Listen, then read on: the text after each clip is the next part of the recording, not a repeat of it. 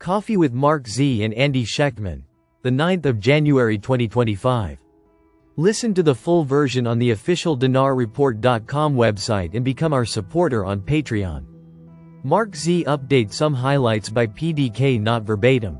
MarkZ disclaimer. Please consider everything on this call as my opinion. People who take notes do not catch everything. And it's best to watch the video so that you get everything in context. Be sure to consult a professional for any financial decisions. Member. Good morning everyone. Great day for an RV. Member. If Iraq is increasing her foreign reserves through correspondent banks, isn't that international trade? MZ. Yes, and that is why some are getting excited. Member. Rumor is Iraq has to have an international rate by Friday in compliance with WTO. MZ. Foreign remittances constitute about 94% of Iraq's sales. They are showing this in articles how they are handling things internationally. Links are posted in my daily links. Member. What about HCL and sanctions? MZ.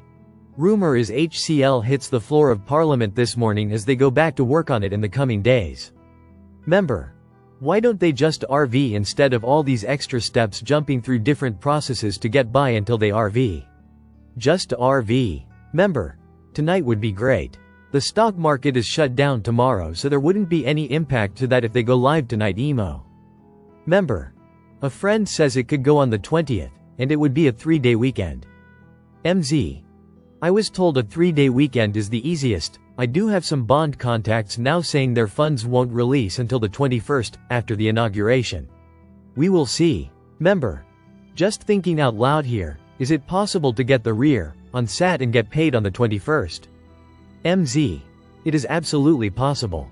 Similar to how Kuwait did theirs. In a nutshell, Kuwait got a real effective exchange rate, and within 10 days we started exchanging. MZ. I am getting some very yo-yo-ish news. There are still a number of banks expecting and being prepped for a rate between now and Saturday. I hope that happens. MZ. It is confusing though because I have a couple of bond contacts who were informed by their paymasters that they would not distribute funds until after the 21st because they do not want the credit to go to the currency administration. That is what they are hearing. Member. That makes sense to me, less than 2 weeks away now. MZ. But the banking side still believes it's earlier. Groups have been silent for the last day or so. I believe it's very close, and the yo-yo news means they are still doing their best to cloud the timing. MZ. What we do know is they're doing the preparations right now to make this happen. Member. Hey Mark, please explain what Mr. C has to do with the dinar revaluation.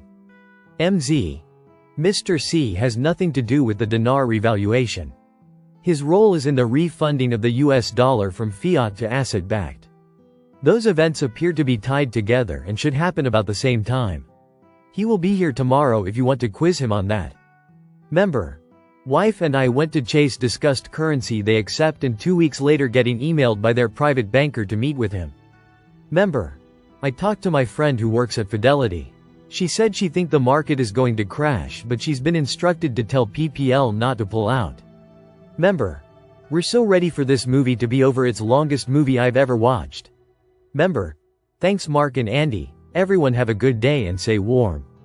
Andy Schectman from Miles Franklin joins the stream today. Please listen to the replay for his information and opinions. The content in this podcast is for general and educational purposes only and not intended to provide any professional, financial or legal advice. Please consider everything discussed in MarkZ's opinion only. Listen to the full version on the official dinarreport.com website and become our supporter on Patreon. Source: dinarrecaps.com